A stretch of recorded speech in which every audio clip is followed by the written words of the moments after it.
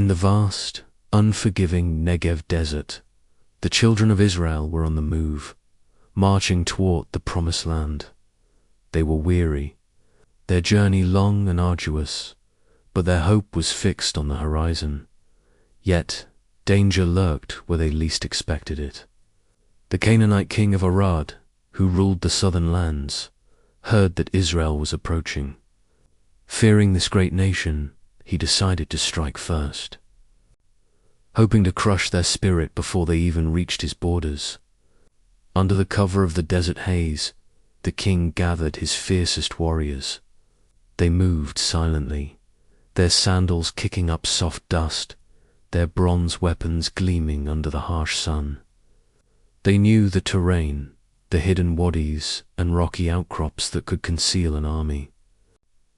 The Israelites, traveling along the well-trodden path of a throne, were unsuspecting. Their camp was a sprawling city of tents, filled with families, livestock, and the sounds of daily life. Suddenly, the air split with the sound of war cries. The king of Arad's forces descended upon the camp like a sandstorm, a whirlwind of chaos and violence. Chariots thundered across the plains, and soldiers swarmed the outer edges of the Israelite encampment. The surprise was total. Israelites caught off guard, scrambled to defend themselves. The clash of swords and shields echoed through the desert as dust clouds rose, obscuring the brutal reality of the ambush. In the confusion, the Canaanites fought with savage intensity, overwhelming the initial resistance and taking many Israelites captive, dragging them away as spoils of war. The attack was a devastating blow.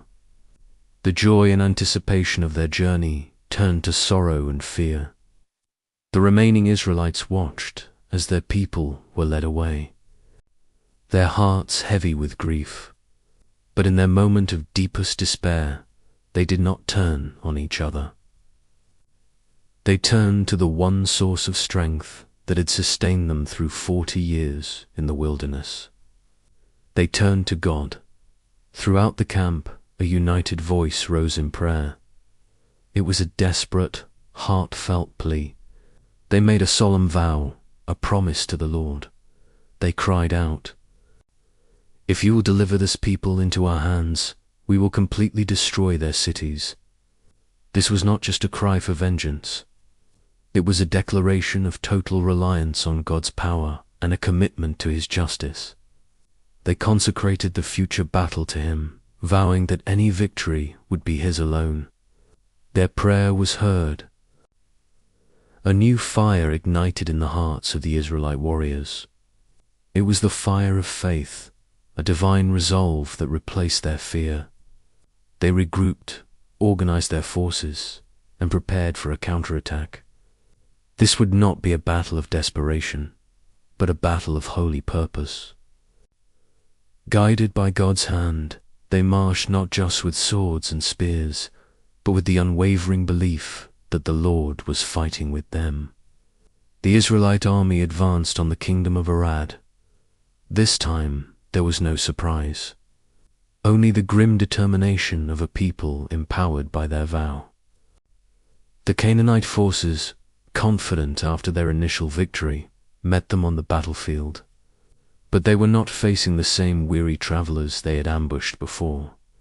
They were facing an army fueled by divine strength. The battle that followed was fierce and decisive. The Israelites fought with a courage that stunned their enemies.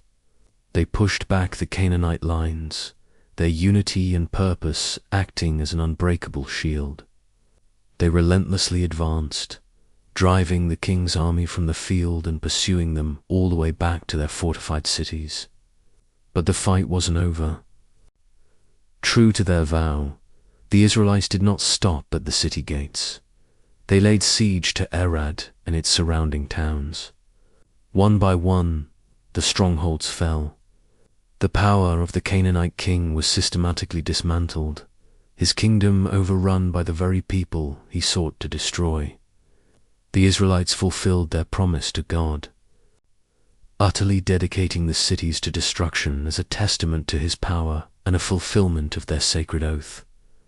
The place was renamed Hormah, meaning destruction, a permanent reminder of the victory God had granted them. This incredible story shows us that even in our darkest moments, when we feel ambushed and defeated by life, turning to faith can transform our greatest trials into our greatest triumphs. It's a powerful lesson about the strength that comes from unity, prayer, and unwavering commitment.